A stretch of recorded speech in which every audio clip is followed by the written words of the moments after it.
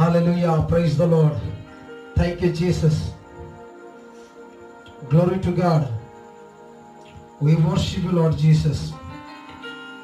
We exalt your name on high. Lord, I give you glory for this wonderful time. परमेश्वर की तारीफ हो, परमेश्वर की महिमा हो और एक बार और ये जो निजात इंटरनेशनल टीम के द्वारा आज ब्लेस ओडिशा की 5वीं सीजन है। मैं बिशप डॉक्टर जितेंद्र छत्रिया आप सबों को स्वागत करता हूं।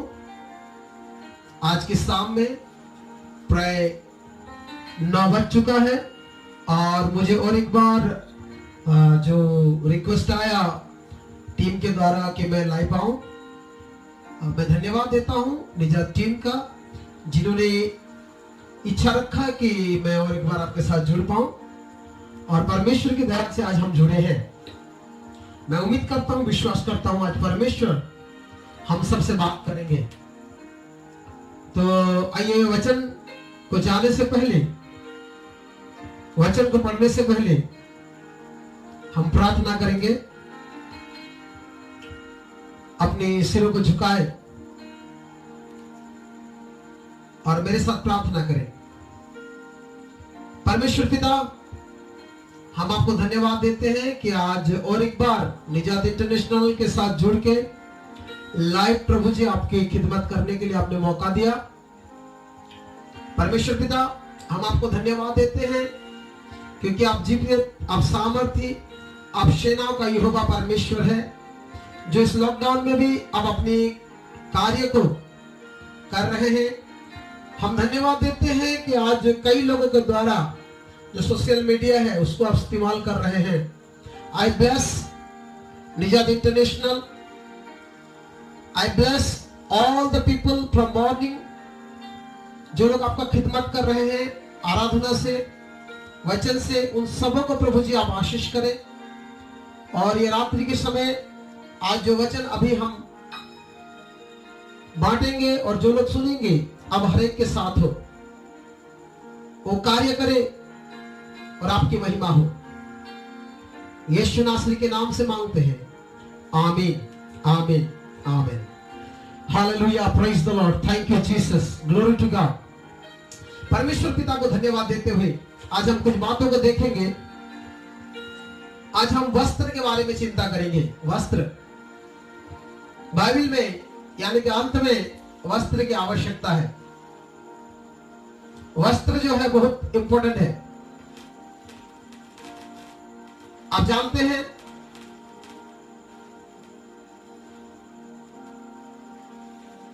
आज जो है वो एक बात बोलते हैं कि मैं मां की कोख से नंगा आया और नंगा जाऊंगा, और सही बात है। और कई लोगों की सोच भी यही है। आज उस पुराने वचन को लेके बहुत लोग उस वचन को यह सोचते हैं कि मैं नंगा आया नंगा जाऊंगा, परंतु परमेश्वर के वचन नए नियम में यानी कि यीशु मसीह के आने के बाद हम लोगों को और कुछ बातें सिखाते हैं। पुराने नियम के जितने विश्वासी है वो नंगा आए नंगा जाएंगे, परंतु नए नियम की जो विश्वासी है ये अंत के दिनों में ज्यादा करके उन्हें वस्त्र की आवश्यकता है, क्योंकि हम जो लोग यीशु में हैं हम ऊपर नंगे नहीं दिखाए जाएंगे। ये बड़ी परमेश्वर की महिमा है, परमेश्वर की देन है कि परमेश्वर चाहता है कि हम उसके सामने नंगा ना हो। यदि आप मेरे साथ प्रकाशित वाक्य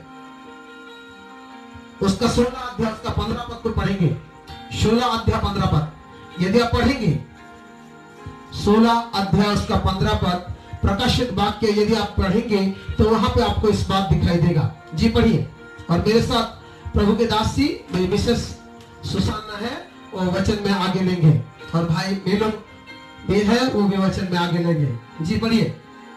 देख मैं चोर के समान आता हूँ, देख मैं चोर के समान आता हूँ, धन्य वो है जो जागता रहता है रहता है और अपने वस्त्र अपने वस्त्र की चौकसी करता है कि नंगा ना फिरे और लोग उस पर नंगा ना देखे। लोग उसको नंगा ना देखे। मेरे प्रियो,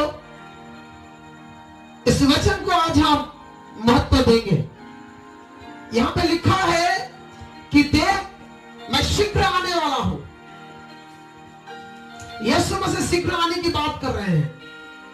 अगर इस बात को मैं बताऊं, वो शीघ्र कैसे आएंगे, वो क्यों बोल रहे हैं मैं शीघ्र आने वाला हूं?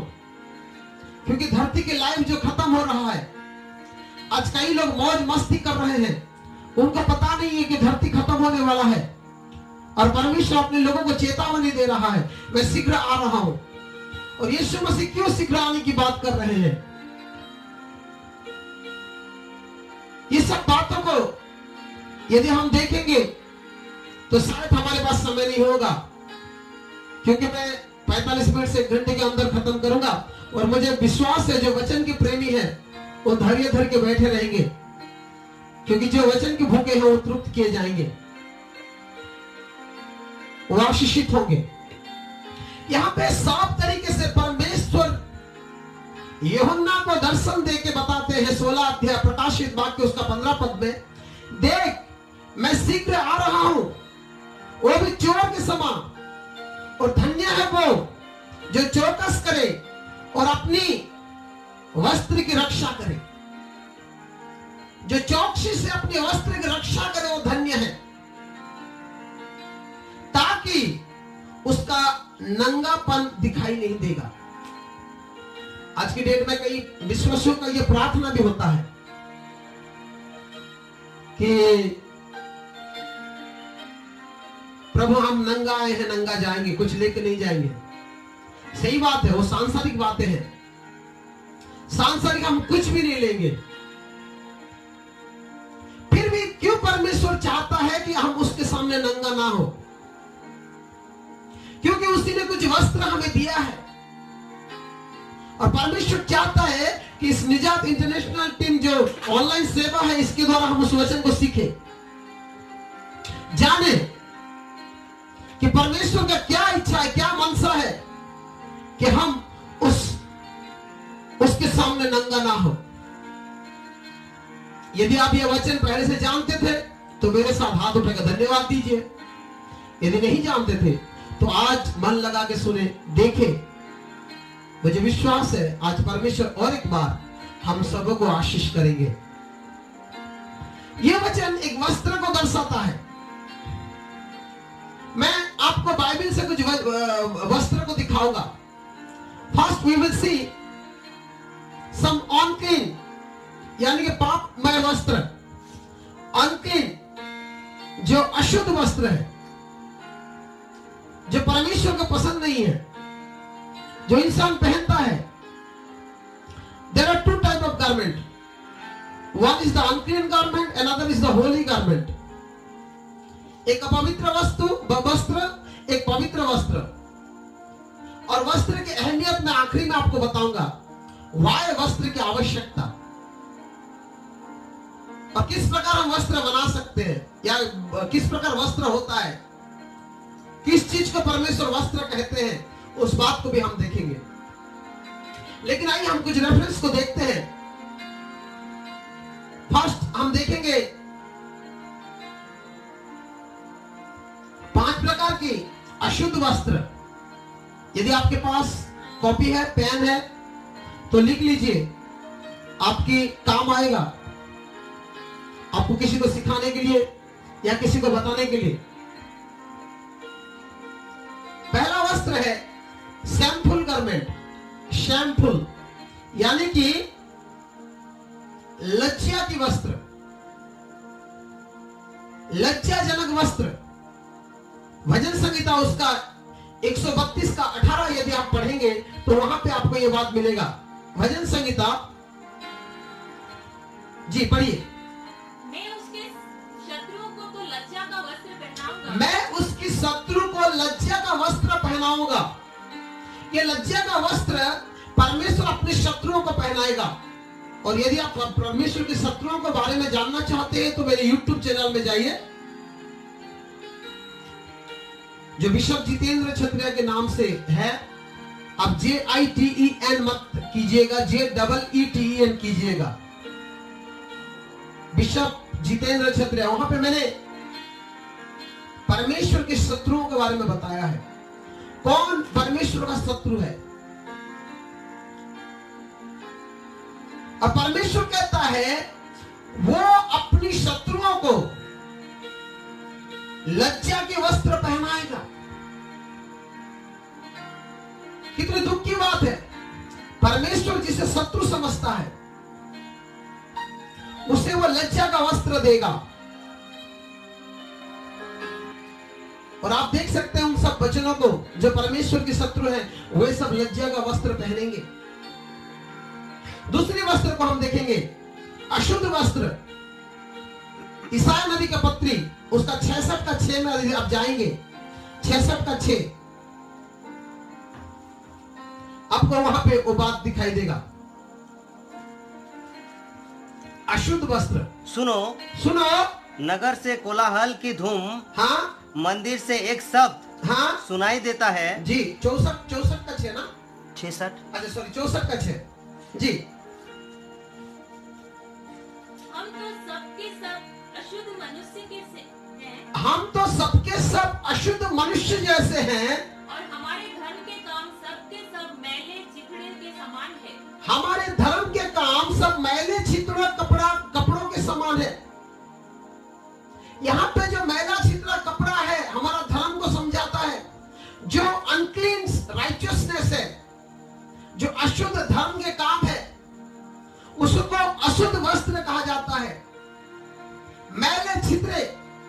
मैले छितरों कपड़ों के समान हमारे धर्म के काम है। ये ईसाया नबी जो है हमें बताते हैं। कहीं ना कहीं हमें अपने धर्म कर्म को देखना पड़ेगा। हम कौन सी रीति से करते हैं, क्या करते हैं धर्म के नाम पे। कहीं हम जो सब धर्म के काम कर रहे हैं, आज वो मैला वस्त्र तो नहीं, मैला वस्त्र के समान तो नहीं। इस बात को हमें जांचना पड़ेगा, क्योंकि ये वचन जो है आखिरी में आपको मैं फिर लेके आऊंगा, क्योंकि इस वचन में जो परमेश्वर की जो वस्त्र के विषय में जो लिखा है उसका लिंक है।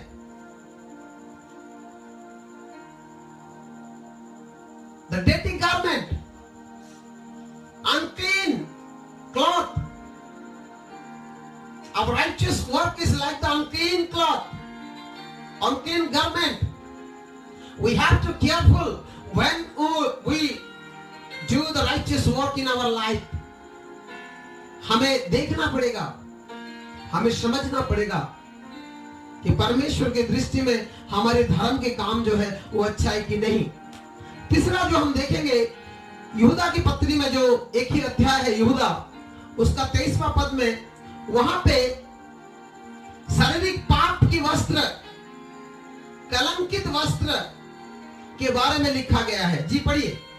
और बहुतों को आग में से झपट कर निकालो। हाँ जी। और बहुतों पर भय के साथ दया करो जी। पर उस वस्त्र से भी घृणा करो जो शरीर के द्वारा कलंकित हो गया है। जो शरीर के द्वारा कलंकित वस्त्र, उसको घृणा करो। हमारे शरीर के द्वारा जो घृणित होता है, कलंकित होता है, क्योंकि परमेश्वर हमें निष्कलंक देखना चाहता है अपने सामने, क्योंकि वह निष्कलंक परमेश्वर है। ऐसी कुछ काम जो आपकी धार्मिकता का वस्त्र को अशुद्ध करता है, उससे बचो। अपने शरीर को पाप में मत छोड़ दो, क्योंकि शैतान हमेशा इस बात की चौकस कर रहा है कि कैसे वो आपके वस्त्र को मैला कर सके, क्योंकि उसको मालूम है जो मैला वस्त्र पहने होंगे वो उसके सामने खड़े नहीं हो पाएंगे, वो लज्जित होंगे। इसीलिए यहाँ पे यहूदा जो है हमें सतर्क कर रहे हैं कि अपने शरीर की कलंकित वस्त्र से बचो, अपने आप को दूर रखो, अपने आप को बचाओ।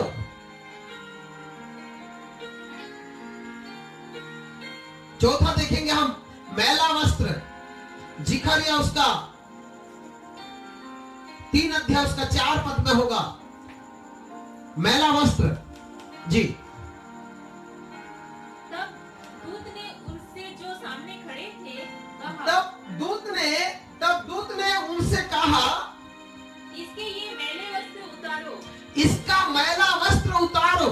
फिर उसने उससे कहा, यहाँ पे जब आप पढ़ेंगे कि जब नबी याजक जब दुआ करने गए हैं तो एक तरफ दूत खड़े हैं और एक तरफ शैतान खड़ा है, और उस समय जो याजक है, जो जिकरिया है, वो मैला वस्त्र पहने हुए खड़े हैं और दूत कह रहे हैं कि इसके मैले वस्त्र को उतारो। मेरे प्यारो, आज हम जब प्रभु की उपस्थिति में आते हैं, हम हर चीज को देखते हैं।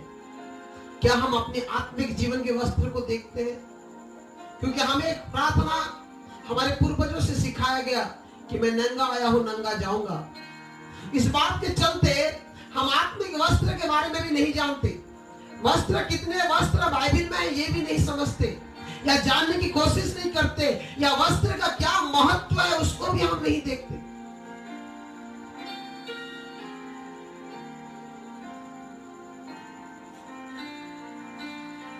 अगर पहला पत्रस उसका 2:16 को आप जाएंगे, वहां पे भी एक अनक्लीन यानी कि अपवित्र वस्त्र दिखाई देगा, दुष्ट रूपी वस्त्र, दुष्टता की वस्त्र। जी पढ़िए। अपने आप को स्वतंत्र जानो, अपने आप को स्वतंत्र जानो, पर अपनी इस स्वतंत्रता को बुराई के लिए आड़ न बनाओ। जी, परंतु अपने आप को परमेश्वर के दास समझकर चलो। जी 2:16 पहला पत्रस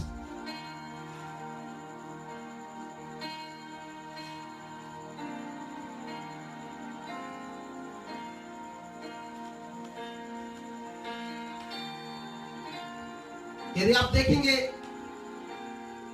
तो आपको यहां पे मिलेगा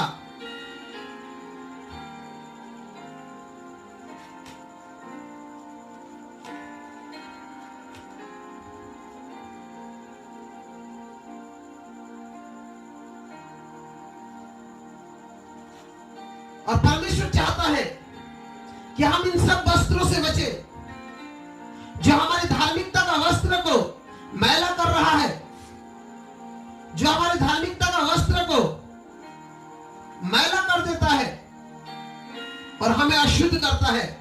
और परमेश्वर इस बात को नहीं चाहता कि हम ऐसे वस्त्र सब पहने, या अपने जीवन में ऐसे कुछ वस्त्रों को हम महत्व दे जो एक दिन परमेश्वर के सामने उतारना पड़ेगा और हम अपनी नंगाई से शर्मिंदा होंगे।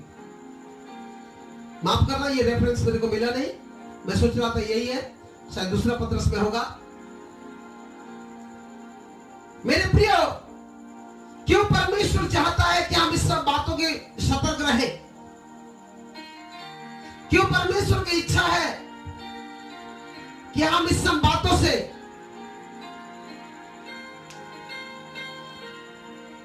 अनजान ना रहे? क्योंकि परमेश्वर जो है वो पवित्र है और वो परमेश्वर हमें पवित्रता से देखना चाहता है। परमेश्वर की तारीफ हो। वस्त्र की महत्वता जब हम देखते हैं तो बाइबल में सबसे बड़ी महत्वता वस्त्रों को दिया गया है। अब अगर यीशु मसीह की पैदाइशी को देखेंगे, अब if you see the birth of Jesus, अगर आप जेनेसिस को भी जाएंगे तो इंसान जब पाप करता है तो अपने आप को वो छुपाता है, क्योंकि अपने आप को नंगा समझता है। तब परमेश्वर ने उनको वस्त्र पहनाते हैं। और यीशु मसीह जब पैदा होते हैं, उसकी जो सिंबल था, जो पंडित लोगों को बोला गया था, जो बुद्धिजीवी लोगों को बोला गया था, वो ये था कि एक बच्चा वस्त्र में लिपटा गया होगा। एक बच्चे को वस्त्र में बांध दिए होंगे। यदि आप पढ़ेंगे मेरे साथ लूका की अंजीर या बत्ती में जाएंगे।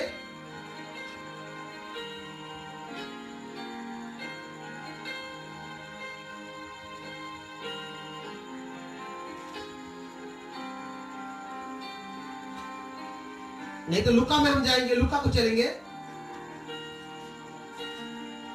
लुका यदि आप 1 अध्याय में जाएंगे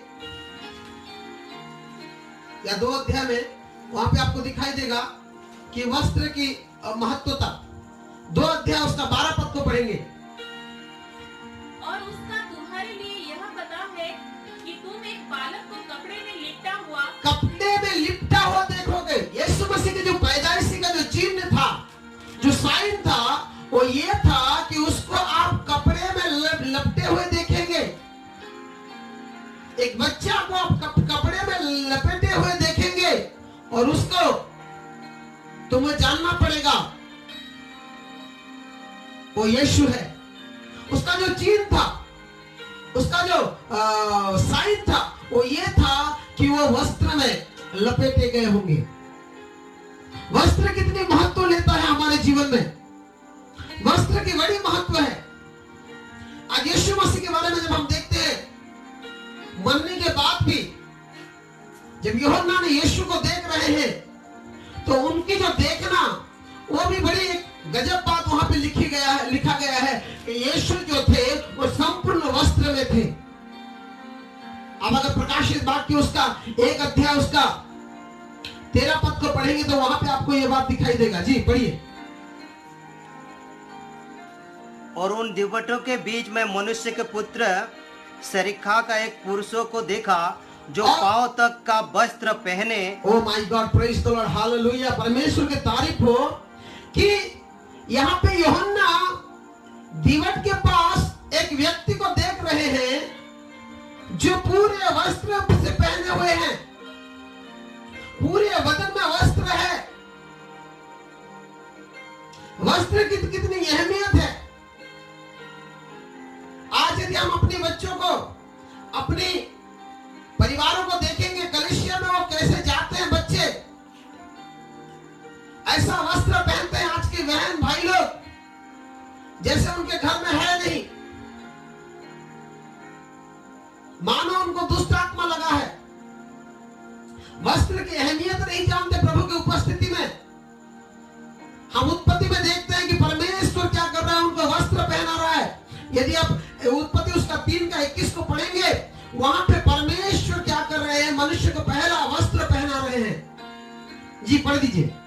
और यहोवा परमेश्वर ने आदम और उसकी पत्नी के लिए चमड़े के अंगरखे बनाकर उनको पहना दिया। विदाउट वस्त्र, ये लज्जाजनक बात है, परंतु ये बात आज कलीसिया को सीखना चाहिए। हम इतने मॉडर्नाइज बन रहे हैं कि आज वस्त्र का महत्व नहीं जानते। हमारे शारीरिक वस्त्र जो है हमें सिखाता है हमारी आत्मिक वस्त्र को ध्यान रखने के लिए।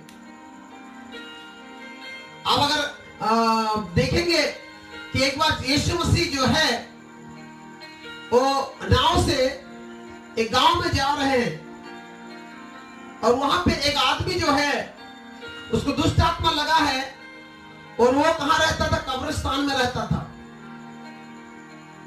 वो वस्त्र नहीं पहनता था, वो वस्त्र नहीं पहनता था। बाइबल में साफ लिखा है कि वो वस्त्र नहीं पहनता था।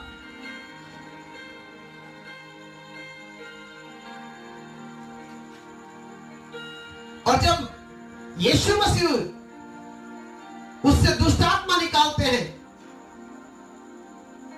उससे दुष्ट आत्मा निकालने के बाद बाइबल कहता है कि वो व्यक्ति वस्त्र पहने हुए लोगों को दिखाई देता है। कितनी बड़ी चमत्कार है, कितनी बड़ी बात है जो आज हमको देखना पड़ेगा। यदि आप मार्कुस उसका 5वें अध्याय को जाएंगे, उसका 15 पद को आप पढ़ेंगे, तो वहां पर जो लोग स्वर चला रहे थे, जो लोग स्वर लोगों को पाल रहे थे, वो लोग क्या देखा 15 पद में? यीशु के पास आकर वे उस व्यक्ति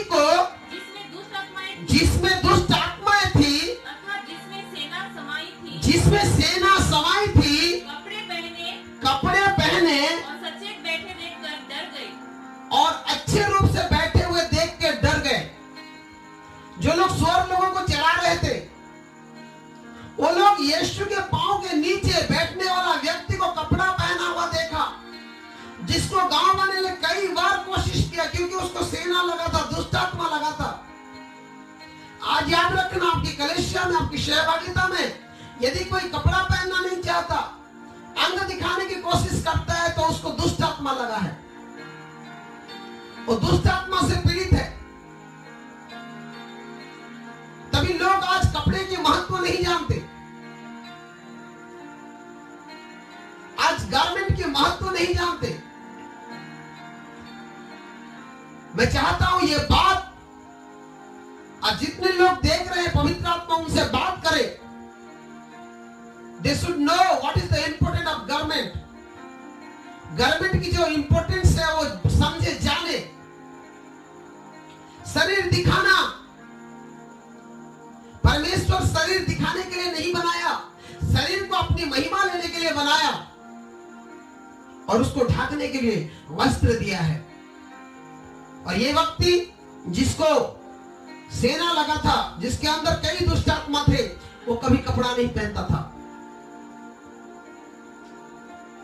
और जिस दिन वो चंगाई पाया, उस दिन उसने कपड़ा पहन के बैठा। कितनी बड़ी मिराकल है। आज यदि आप अपने आप को देखें, आपको कपड़ा पहनने का, आपको शरीर दिखाने का, कलीसिया में आपको, अगर मैं कई बात को बोल सकता हूं लेकिन जरूरी नहीं है, आप समझ रहे हो, अंग दिखाना जो है वो दुष्ट आत्मा का काम है। क्योंकि प्रकाशित वाक्य साफ तरीके से कहता है, और जब यूहन्ना यीशु मसीह को देख रहे हैं, उसका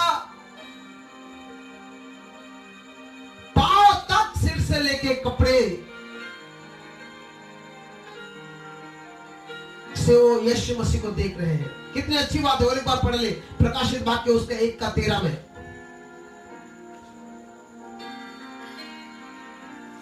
हालेलुया, होशन्ना।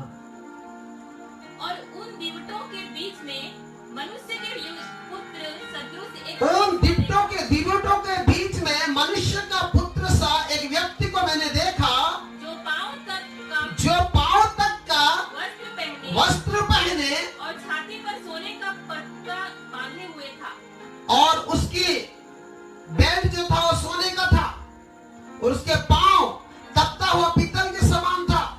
उसका वस्त्र जो था वो सिर से पांव तक था। क्या जरूरत था? यीशु मसीह मरने के बाद स्वर्ग गए,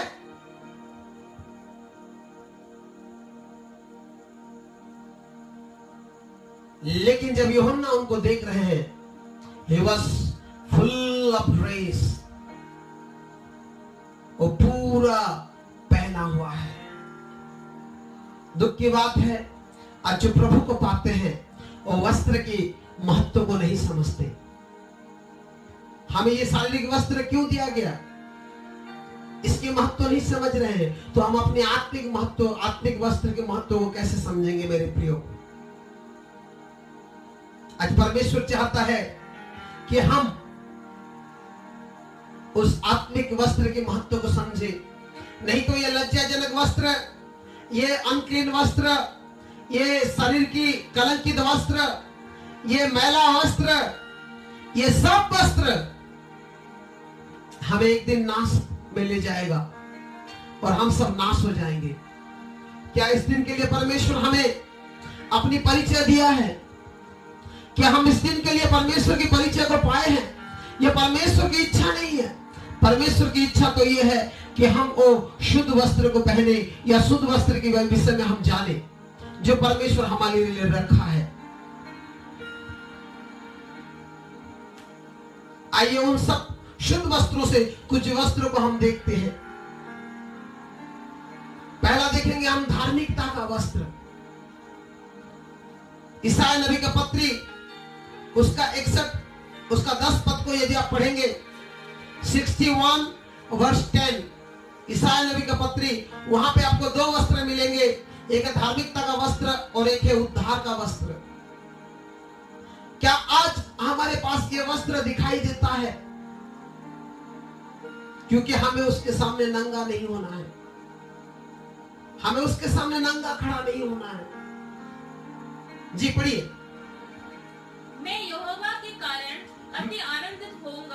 यहोवा के कारण अति आनंदित होऊंगा, मेरा प्राण परमेश्वर के कारण मगन रहेगा, मेरा प्राण जो है वो परमेश्वर के कारण मगन रहेगा, क्योंकि उसने मुझे उद्धार के वस्त्र पहनाए, क्योंकि उसने मुझे उद्धार का वस्त्र पहनाया है।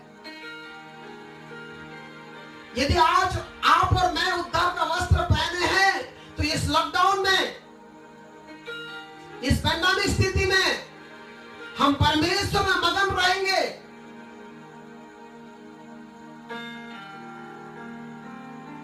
भय हमारे अंदर दिखाई नहीं देगा। हम परमेश्वर में मगन रह सकते हैं यदि हमारे पास धार्मिकता का वस्त्र और उद्धार का वस्त्र है तो।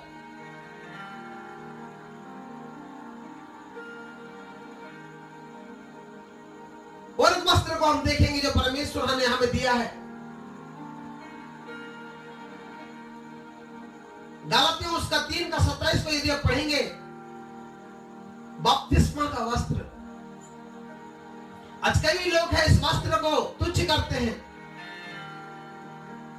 ये वस्त्र को रीति रिवाज में लेते हैं, इसलिए उनके लिए लाभ नहीं होता। वो बपतिस्मा को एक रीति विधि समझते हैं। वो कभी समझ नहीं पाते हैं कि बपतिस्मा जो है एक मेरे लिए वस्त्र है, जो आने वाला दिन मुझे यीशु के सामने, परमेश्वर के सामने, दूतों के सामने खड़े होने के लिए सहायता करेगा। मैं लज्जित नहीं होऊंगा, मैं नंगाई नहीं दिखाई दूंगा। यही समझ के वो बपतिस्मा नहीं लेते। वो समझते हैं कि रीति विधि है, चर्च में एंट्री करना है, इसीलिए वो बपतिस्मा का वस्त्र लेते हैं। गलातियों उसका 3:27 को पढ़ेंगे। और तुम में से जितनों ने मसीह में बपतिस्मा लिया है, तुम में से जितनों ने मसीह में बपतिस्मा लिया है, उन्होंने मसीह को पहन लिया है। उन्होंने मसीह को पहन लिया है। Praise the Lord. हम जितने बपतिस्मा लेने वाले लोग हैं, हम सब मसीह को पहने हुए। इसलिए मैंने पहले से बताया कि पुराने नियम के जो विश्वासी है वो हो सके नंगे जाएंगे, लेकिन हम नहीं जाएंगे क्योंकि हम यीशु को पहने हुए हैं। आज हम अपनी बपतिस्मा को कैसे देखते हैं? क्या हम बपतिस्मा को, जो पहले हमने देखा, उद्धार का वस्त्र यानी कि धार्मिकता का वस्त्र के रूप में देखते हैं, या हम बपतिस्मा को रीति विधि का वस्त्र के रूप में देखते हैं? सफेद कपड़ा लाओ, ये लाओ, वो लाओ, पहनेंगे, बपतिस्मा हो गया। मन की शुद्धता आवश्यकता है। मन की सफेदी, आत्मा की सफेदी ज्यादा महत्व है, क्योंकि बपतिस्मा के बारे में एक सुंदर बातें लिखा गया है। मार्कुस उसका 16 अध्याय, उसका 16 पद को आप पढ़े तो वहां पे आपको परमेश्वर का वचन बात करेगा बपतिस्मा के बारे में। जी पढ़ दीजिए।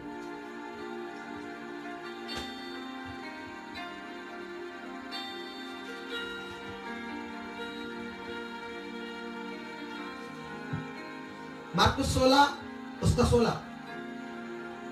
जो विश्वास करे और जो- बपतिस्मा ले, जो विश्वास करे और बपतिस्मा ले, उसी का उद्धार होगा। उसी का उद्धार होगा। देखिए, परंतु जो विश्वास करे, जो विश्वास ना करे, उसका नाश होगा, ऐसा लिखा है। 16 का 16 मार्कुस पढ़ लीजिएगा। क्या हम जब यीशु में बपतिस्मा ले रहे हैं, आज इस पद से मैं कई ओनली जीसस वालों से भी बात करना चाहता हूं, यदि वो देख रहे हैं मुझे, और आपसे मैं बताना चाहता हूं, जो लोग आपके घर आके बताते हैं कि आपको यीशु के नाम पे बपतिस्मा लेना होगा, क्योंकि पतरस ने दिया, पौलुस ने दिया, पिता पुत्र पवित्र आत्मा एक है, यीशु के नाम से लेना होगा। वो जो यीशु मसीह ने बोला पिता पुत्र पवित्र आत्मा के नाम से, वो यीशु ही है, सही बात है, लेकिन यीशु के नाम से लेना इन्होंने दिया था, पतरस ने लिया था, पतरस ने दिया था, पौलुस ने दिया था, बोलेंगे तो उनको अभी आप जवाब दे सकते हैं, क्योंकि वो बात अभी बताने की समय नहीं है कि उन्होंने क्यों यीशु के नाम पे उस समय बपतिस्मा दिया। परंतु यहाँ पे पूरा क्लियर लिखा है गलातियों उसका 3:27 में कि जिन्होंने यीशु मसीह पे, यीशु मसीह के द्वारा बपतिस्मा पाए है। पढ़िए और एक बात,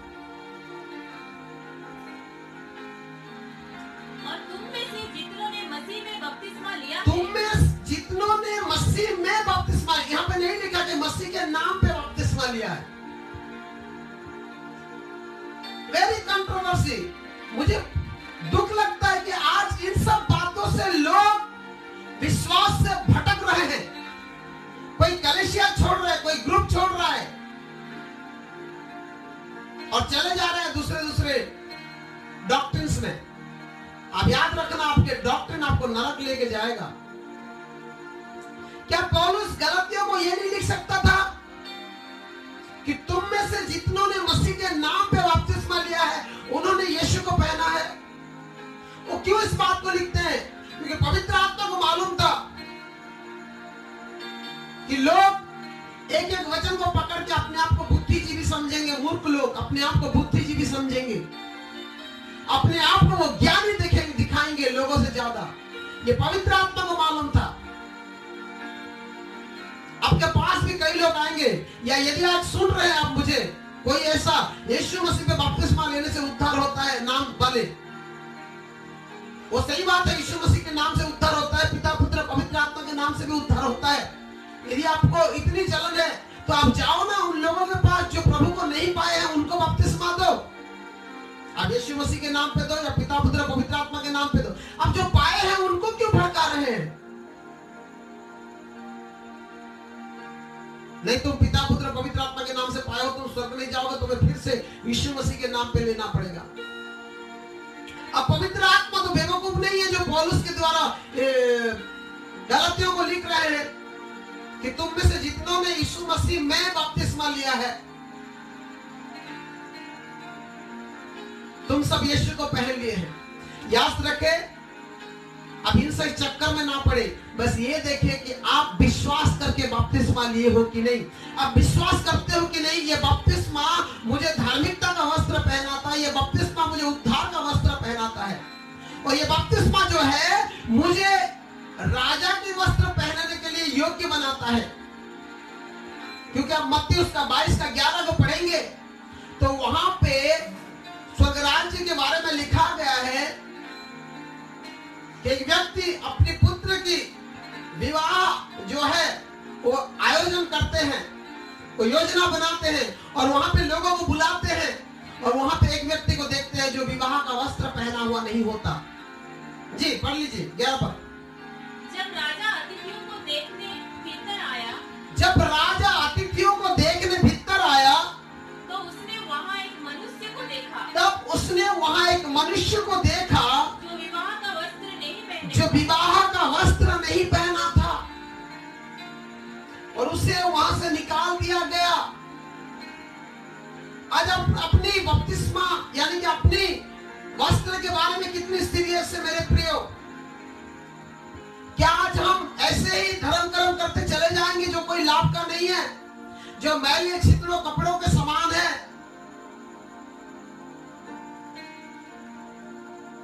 जो सुबह की फूल की तरह है, जो शाम को मुरझा जाता है, वो घास की तरह है जो मुरझा जाता है। परमेश्वर नहीं चाहता। परमेश्वर चाहता है हमारी जो विश्वास प्रभु में, हमारी जो धर्म प्रभु में, वो अच्छी वस्त्र को बनाए। हमारी जो उम्मीद प्रभु में, हमारे जो कार्य प्रभु में, चाहे वो बपतिस्मा हो या हमारे धर्म के काम हो, हर चीज जो है अच्छी वस्त्र को बनाए जो एक दिन उसके सामने नंगा होने नहीं देगा। कलीसिया जाग जाए, कलीसिया जाग जाए, क्योंकि कलीसिया में जो है वो साधु है। परमेश्वर उन्हें साधु कहता है जो विश्वासी है, और कलीसिया में 5 इसीलिए व्यक्ति को रखा गया, चुना गया। प्रेरित, भविष्यवक्ता, शिक्षक, पास्टर, प्रचारक, ये 5 इसीलिए रखा गया कि साधु लोग सिद्ध हो जाए। एफिसियों के पत्र उसका 5 अध्याय 11-12 पद में आप देखें, वहां पे लिखा कि साधु लोग सिद्ध हो जाए। साधु लोगों का सिद्धता क्या है? क्या हम क्या समझते हैं? हम जो संडे की आराधना के धर्म कर्म है, परमेश्वर को भेंट देना, दशमांश देना, या संडे को समय पे जाना। आज कई लोग हैं कलीसिया को नेगलेक्ट करते हैं। कई लोग का मानना रहता है कि हम खत्म हो जाएगा, आराधना तो जाएंगे, गवाही के समय पहुंच जाएंगे, वचन के समय पहुंच जाएंगे। क्या समझते हैं आप? जो लोग इस बात को धर्म कर्म समझते हैं, ये क्या मैले छितरे कपड़ों के समान है या धार्मिकता का वस्त्र? इसके बारे में हम देखें। क्यों प्रकाशित वाक्य में परमेश्वर जो है यूहन्ना का द्वारा बता रहे हैं कि तुम्हारी वस्त्र जो है वो मैला ना हो, तुम नंगाई ना दिखाई दो। क्योंकि मैला वस्त्र के द्वारा हमें, मैला वस्त्र क्या करेगा? हमें एंट्री करने नहीं देगा स्वर्ग में, हमें निकालना पड़ेगा। और जब हम एंट्री करेंगे, लोग कपड़ा पहने होंगे, यीशु अच्छा वस्त्र पहना होगा, साधु लोग अच्छे वस्त्र पहने होंगे, वहां पे हम नंगाई दिखाई देंगे। और ये परमेश्वर नहीं चाहता। लेकिन आज शैतान की बड़ी चाल है कि कलीसिया जो है परमेश्वर के सामने नंगा दिखाई दे। इसलिए तो आज हमारे धर्म के काम के बारे में शैतान हमारे अंदर इंटरफेयर करता है कि हम अच्छी काम ना करें, अच्छी विश्वास में ना बढ़े, अच्छी प्रार्थना ना करें, अच्छी आराधना ना करें, अच्छी संगति में ना बैठे। हम कैजुअली ले लेते हैं, हम लाइट ले लेते हैं।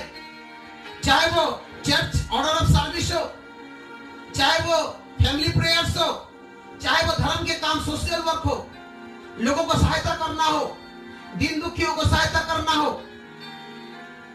गरीब लोगों को, विधवा अनाथों को देना हो, वहां पे भी हमारे धर्म के काम पे क्या हो जाता है? मुझे एक पद याद आ रहा है, आपको मैं बताना चाहता हूं, मेरे साथ आप निकाले।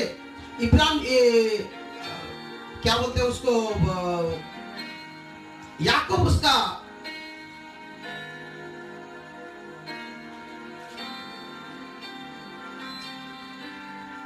एक अध्याय उसका 27 पद को पढ़ेंगे, जो धर्म के काम है जी। याकूब उसका एक अध्याय उसका 27 पद को थोड़ा ध्यान से सुने। यहाँ पे एक बहुत महत्वपूर्ण बात है जो आपसे मैं शेयर करना चाहता हूँ। एक महत्वपूर्ण बात, हम खत्म करेंगे जल्दी। हमारे परमेश्वर और पिता के निकट शुद्ध और निर्मल भक्ति यह है, शुद्ध और निर्मल भक्ति यह है कि अनाथों और विधवाओं की क्लेश में उनकी शुद्धि ले और अपने आप को संसार से निष्कलंक रखे। आज कई लोग अनाथ और विधवा को शुद्धि तो लेते हैं, अपने आप को निष्कलंक नहीं रखते, उनसे भी प्रॉफिट लेते हैं। वो दिखाएंगे तो फोटो में कि मैं ये सोशल वर्क कर रहा हूं, मैं ये धर्म के काम कर रहा हूं, देखो मैं विधवाओं को साड़ी दे रहा हूं, देखो मैं अनाथ बच्चों को खाने को दे रहा हूं। पर उनसे, वो बच्चों को खाना से, वो विधवाओं की सहायता से वो अपनी जेब भरते हैं। मेरे भाइयों, मेरी बहनों, यदि आप सोशल वर्कर हो, बी केयरफुल। ऐसा ना हो कि आप आप कलंकित हो जाओ। ये कलंकित करता है जो उनके लिए जो फंड आता है उसमें से अपना जेब भरना, अपना घर भरना, अनाथ बच्चों का रहने का जगह मैले कीचड़ से भरा होगा। विधवाओं का जो सहायता करेंगे, साड़ी या जो भी खरीदेंगे उनके लिए बिल्कुल हल्का, लेकिन अपने घर के लिए मखमल का वस्त्र, अपने बच्चों के लिए अच्छा चीजें उसी पैसे से, अपने घर में एसी, कार, गाड़ी, उसी पैसे से। याद रखना, ये बात हमें कलंकित करता है, इस बात से बचे।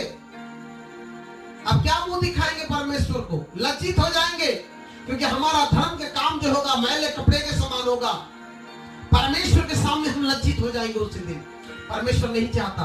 परमेश्वर तो चाहता है कि हम एक धर्म के कपड़ा बनाएं। क्यों बनाएं? एक धर्म के कपड़े, एक धर्म के वस्त्र क्यों बनाएं? वाकई में हमें अपने विश्वासियों को आज समझना पड़ेगा। हम बिलीवर्स लोगों को जानना पड़ेगा कि हम धर्म क्यों करते हैं, धर्म के काम क्यों करते हैं। वाई? क्या ये वचन में लिखा है इसलिए हम करते हैं कि अपने आप को अच्छा लगता है इसलिए करते हैं? नहीं मेरे प्रियो, एक भेद है बाइबल में, इसीलिए आज हम धर्म के काम करते हैं। चाहे वो सोशल वर्क के नाम पे हो, चाहे वो राइचियस वर्क के नाम पे हो, क्यों ना हो, जो भी हम धर्म के काम सोचते हैं वो उसके पीछे एक बड़ा रहस्य है जो आज आपको मुझे जानना पड़ेगा। और रहस्य नहीं जानते इसलिए कई लोग आज नेग्लेक्ट करते हैं इन सब विषय को। यदि आप प्रकाशित वाक्य में चलेंगे, उसका 19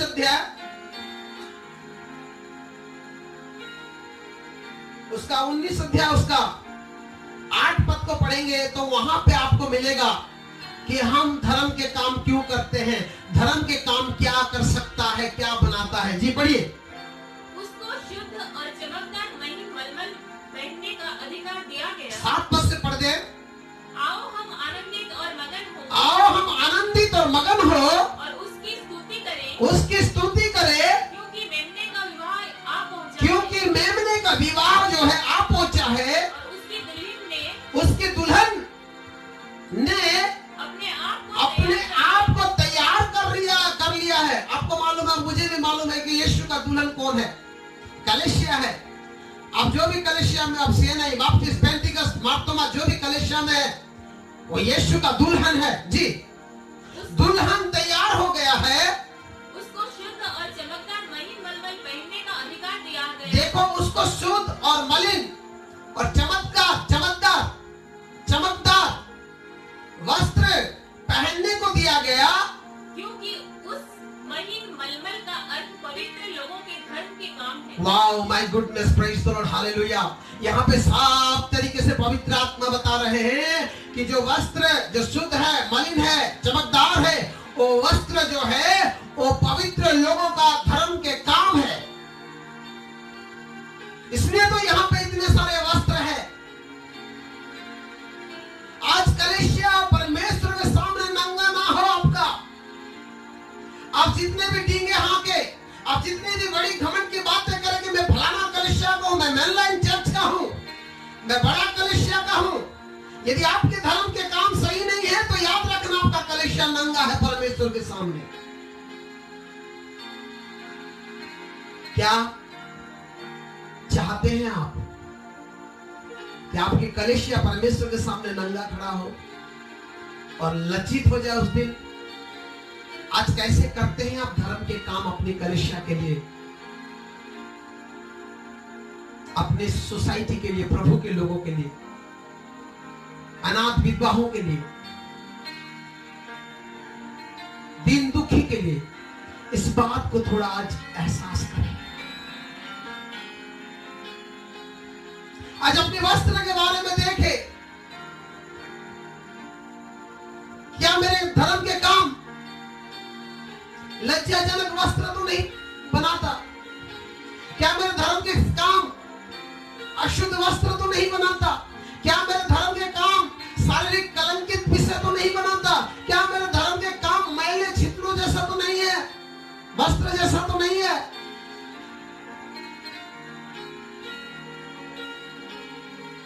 आप जो भी कलीसिया से बिलोंग करते हैं, तो छोटा हो बड़ा हो जैसा भी हो, ये आपके ऊपर है कि आप अपने कलीसिया को ऊपर नंगा देखेंगे या उसको वस्त्र पहने हुए देखेंगे। आज यीशु का विलंब क्यों है? क्योंकि विश्वासी नहीं समझा कि मेरा काम क्या है। मुझे अपने धर्म के काम से एक वस्त्र को बनाना है जो मलमल हो, जो चमकदार हो, जो शुद्ध हो, जो पवित्र हो, क्योंकि वो वस्त्र मेरे कलीसिया पहनेगा और यीशु के साथ वो विवाह के लिए तैयार हो जाएगा। आज कलीसियाएं तैयार नहीं है। आज कलीसियाएं आर्टिफिशियल हो गया है। जैसे बाहर के लोग कर रहे हैं ऐसे कर रहे हैं, जैसे बाहर के लोग डेकोरेशन कर रहे हैं ऐसे कर रहे हैं। दीवारों को चमकाना, नया नया कलर लगाना, नया नया पोस्टर लगाना, ये सब चीजों को धर्म के काम समझते हैं। आज तो रिवाइवल मीटिंग सब कंपटीशन हो गया है। उसने इतना खर्च किया, एलईडी लगाया, वो लगाया, हम ऐसा करेंगे, वैसा करेंगे, वैसा करेंगे। मेरे प्रियो, आपके धर्म के काम मैले छितरे कपड़ा ना बनाए, क्योंकि आपकी कलीसिया को पहनना है एक दिन। देख मैं चोर की नाय आ रहा हूं, तेरे उलंगता, तेरे नंगाई जैसे दिखाई ना दे और तू जैसे शर्मिंदा ना हो, इसलिए अपने वस्त्र की रक्षा कर। कलीसिया जाग जाओ मेरे भाइयों, मेरे बहनों, आज जितने लोग मुझे इस ऑनलाइन देख रहे हैं, जाग जाए। चाहे वो आपका चर्च एक्टिविटीज के धर्म के काम हो, चाहे आपके सोशल वर्क के धर्म के काम हो, चाहे वो विधवा अनाथों को सहायता करने वाले धर्म के काम हो, you must be watchful and careful कि आपका वस्त्र, आपका काम, आपका धर्म के काम कौन से वस्त्र बना रहा है, अशुद्ध ना शुद्ध, अपवित्र ना पवित्र, कलंकित ना अकलंकित, शारीरिक वस्त्र ना आत्मिक वस्त्र। हमें क्या आवश्यकता है? परमेश्वर की महिमा हो। इस प्रकाशित वाक्य उसका 18 का जो हम 7-8 पढ़े उसको ध्यान से पढ़िएगा। साधुओं के यानी कि पवित्र लोगों के धर्म के काम का वस्त्र उसे पहनाया जाएगा। आज परमेश्वर चाहता है कि हम अपने धर्म के कामों को परीक्षा करें, देखें कि वाकई में वो अच्छी वस्त्र बना रहा है या बुरी वस्त्र, वो पवित्र, सफेद, श्वेत, मलमल, कोमल वस्त्र बना रहा है क्या डैटी, सैंपल, लज्जाजनक, अपवित्र, अशुद्ध, मैला वस्त्र बना रहा है। परमेश्वर आज आप सबकी आंखों को खोले। I believe God is going to talk with you. God is talking with you then. मुझे विश्वास है आज रात भी परमेश्वर आपसे बात करेगा इस वचन को लेके।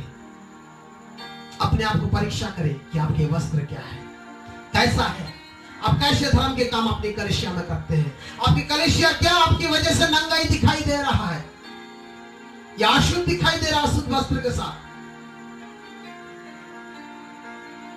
वो शीघ्र आ रहा है, तैयार हो जाए, आपके हाथ में है। आप वस्त्र बनाने वाले विश्वासी हो, आपके धर्म कर्म को साधारण मत समझो, अब अपनी प्रार्थना आराधना को कमजोर मत समझो, उसको साधारण चीजें मत समझो। डोंट टेक इट लाइटली कि मैं इतने समय में जाऊंगा, उतने समय में जाऊंगा। कई आराधक तो ऐसे होते हैं, आराधना करके उठ के चले जाते हैं, उनको लगता है कि बड़ी काम कर दिए।